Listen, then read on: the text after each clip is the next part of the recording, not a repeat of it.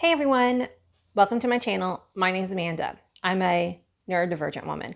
I have autism, ADHD, a memory disorder called SDAM, stands for severely deficient autobiographical memory, and I have multisensory, or sometimes called global aphantasia, which means that I don't experience any of the senses in my mind. I have videos that go into all these topics, so make sure you check out my playlists and hit subscribe so that you get future videos. So I haven't had as many videos on ADHD specifically. I got my autism and my ADHD diagnosis at the same time. And when the psychologist told me that I did, in fact, present enough traits to be considered for ADHD, I actually resonated with the autism. I think I kind of just, I don't know. I was aware of the ADHD stuff. I didn't know that it was diagnosable, if that makes sense. Like, for instance, I'm always going on tangents. Everybody in my life, says, Amanda, stick to one topic flow. I get easily distracted. I have so many hyper focuses. So I've had all these traits of ADHD, but I think also just our society is more accepting of ADHD. So like people will laugh it off. Oh yeah, you're just a little ADHD there, aren't you? But like autism still has a huge stigma in, general society. And that one I think has actually caused more trauma for me to process because my autistic traits aren't things that people will laugh off. Like needing very, very clear instructions on things, having high anxiety, miscommunication.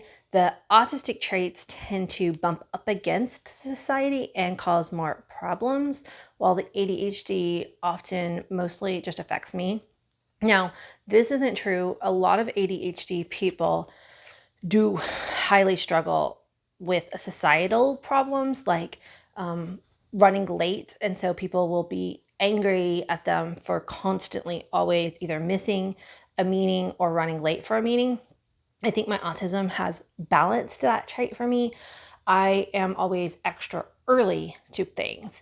So I think having both for me, sometimes my autism counterbalance an ADHD tendency with order and schedule and routine. So some of those traits, I don't know. This is all just me talking. I am not a medical professional. I'm just kind of talking from my lived experience. I do want to say that it is very common to actually get diagnosed with both autism and ADHD. The comorbidity of these two diagnoses is actually really high. But for many years, apparently, there was, I don't know if it's a law or what governs what doctors are allowed to do, which seems insane. But from what I've read and my understanding is that maybe it's insurance companies dictating this. I'm not sure, but doctors were only allowed to prescribe or diagnose one or the other. If a doctor or a psychologist suspected you had autism and ADHD, they could only diagnose you with one. So a lot of people got diagnosed with ADHD because there's medications for that when there is not medications for autism, unless it's just an anxiety medicine. Whew. I always have to laugh. So my videos pretty much are just me talking off the cuff. I a lot of times will have like a theme or an idea that I want to start the video with, but I never know where they're going to take me. And sometimes it's like I had a more specific idea, but it's just like takes me down a different route. And I kind of enjoy that, and I hope y'all do too. I did want to talk about ADHD in this video because I actually finally got in to see a psychiatrist to look at potentially taking medications for the ADHD traits. And I feel all kinds of sorts of things about this. So one thing in my area, there's a big shortage of doctors in general. Our city is like grown really fast. And so I was on a wait list like for 5 or 6 months to get into, I think 5 months to see the psychiatrist. And while I'm mad about that, I'm also kind of not mad because it actually gave me a little bit more time to process the diagnosis without just jumping into like, oh, what are we going to do about it? Because I have gone 42 years without needing ADHD medicines. So I'm like, well, do I really need them now? But also, it's important to acknowledge that through those 42 years, I've struggled with these ADHD traits. And so, maybe if there's a medication that could help them, I wouldn't have to struggle so much. So, pros and cons. Now, I'm not going to go into any specifics about which medications I'm getting prescribed because every medication is going to respond differently to different people. That's why they have developed different ones. And I don't want my antidotal, that's not how you say that word, evidence to sway anybody who is watching a video about ADHD medicine about whether or not they should take a particular one or not. And that is because, each individual is going to respond to them differently. So I will say that I did get put on an ADHD medicine, and I was on it for 10 days, and then they bumped the dose up. And when they bumped the dose up, I developed a rash across my whole body. Like right now, I am itching so bad. That's why I'm gripping my teacup so desperately this morning, because it's taking a lot of effort to not be scratching at my entire body right now. So talked to the psychiatrist. She's like, stop taking that one. And so I'm going to detox from it for a couple days, and then she prescribed another one. So a lot of times when you need to if you're going to start ADHD medicine, it can be rough. It can be trial and error. Luckily for me, I am a stay-at-home mom and my kids do online school, and I have a fairly flexible schedule because some of the symptoms, side effects that you're taking with these medicines, can be really rough. And so if you're taking something and then you get the reactions, that can be hard if you had to go to a regular job or something. And I've seen other people talking about this, and it really is a sad fact that being able to take care of your mental health in this way is a privilege in America, because I am lucky enough to have a husband that has good insurance that, one, covers mental health. I'm able to see a psychiatrist on my insurance. The time and effort it takes to fill out all the paperwork and make the appointments. And then the appointment was an hour and a half. And so, some people don't have the opportunity to take off that much work during the middle of the day to go to an appointment. Then the medicine itself costs money, especially, my insurance covers some of it, but there's still cost. And then if you're not even sure you're on this right one, I've got a mostly full bottle of pills that I'm going to have to find one of those. There's a day each year in my city takes back medications because you don't want to dump these things into your toilet or the landfills. That's a whole nother topic for another discussion day. I'm not going to go on that tangent, Amanda. But yeah, so I'm allergic to these medicines, so I'm not going to be able to finish this bottle, but I had to pay for them. So now I'm going to start another medication. So to be able to even think about taking care of your mental health as an adult is like a huge privilege. It shouldn't be that way, but unfortunately, It is. So I also really wanted to kind of briefly, I did want to talk about some of the ADHD traits that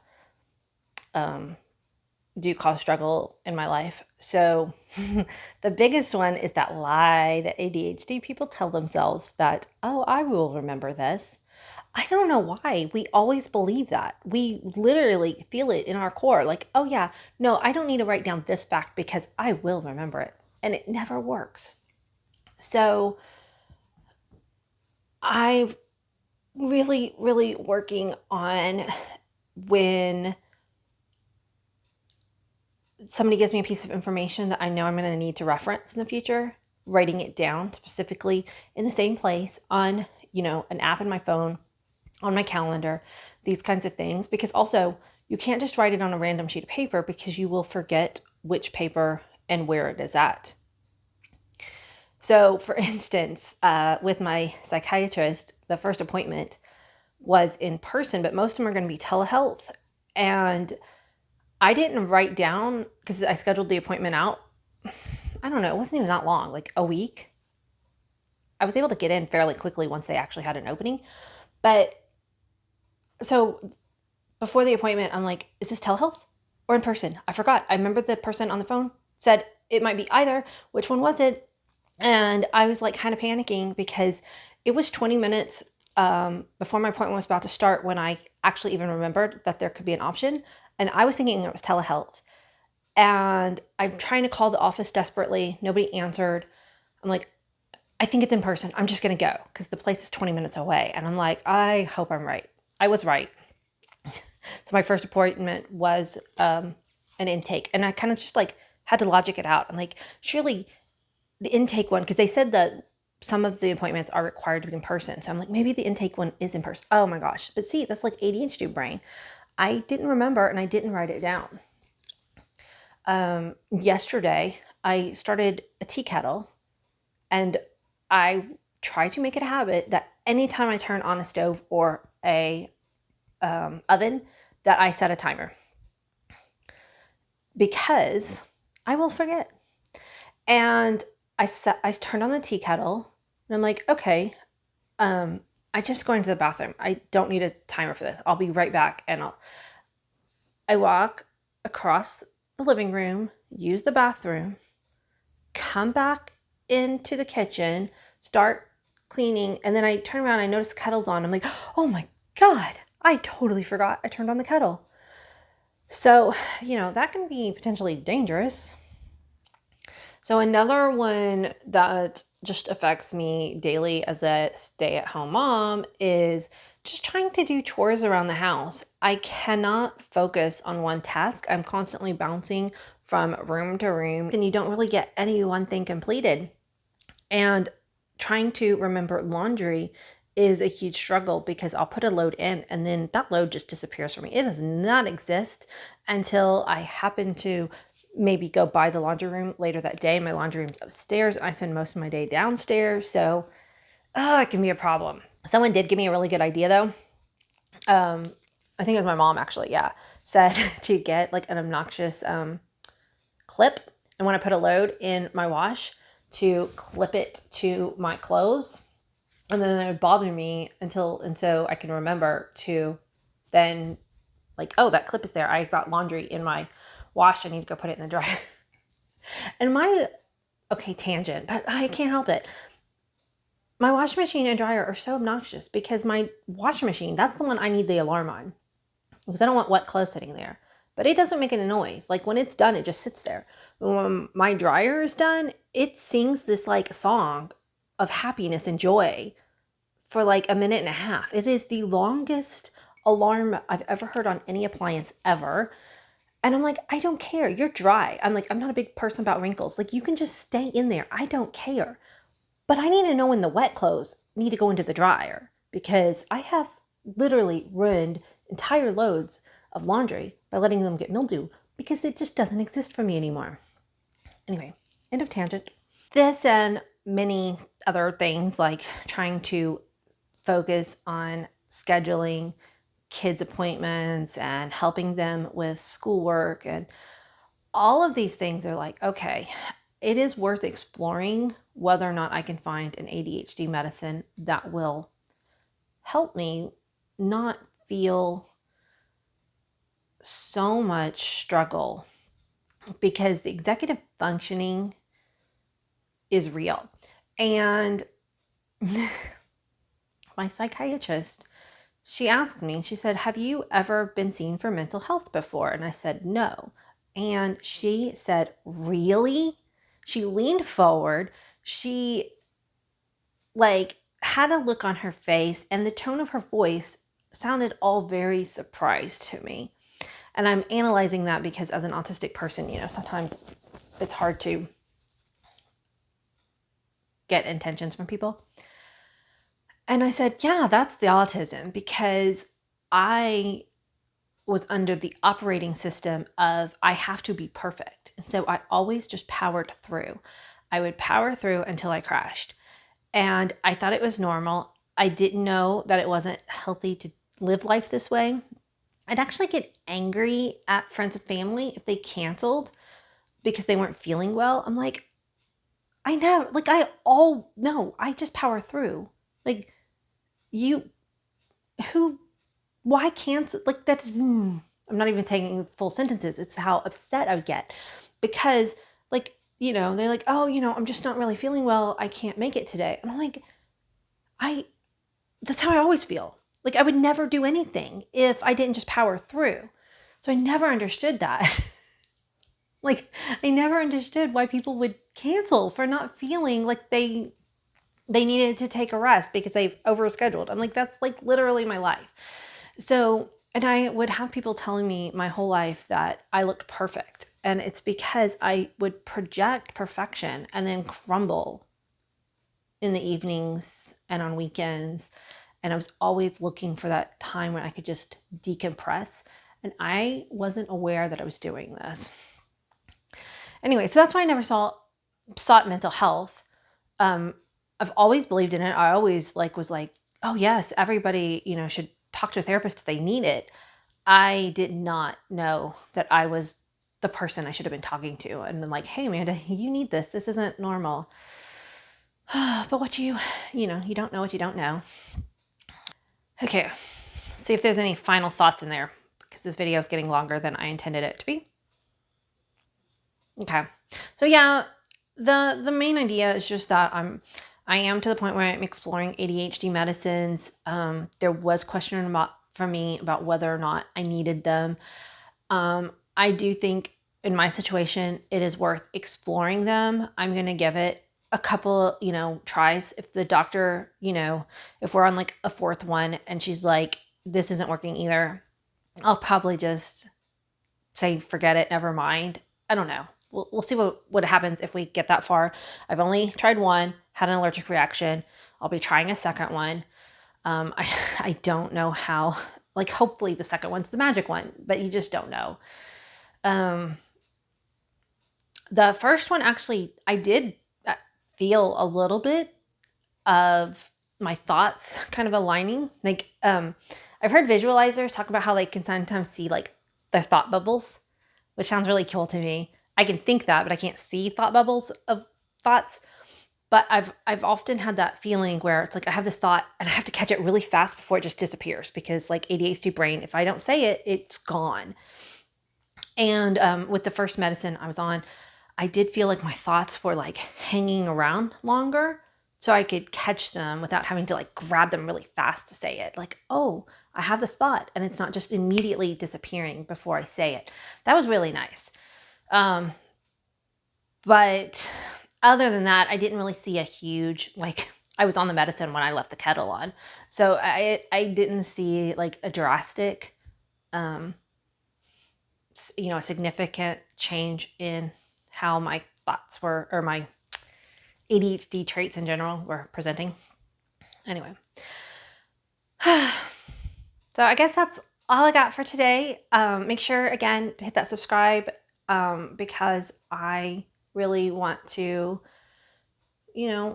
relate to as many people who are going through this journey, and their family and friends too. And I hope to see you on the next one. Bye, guys.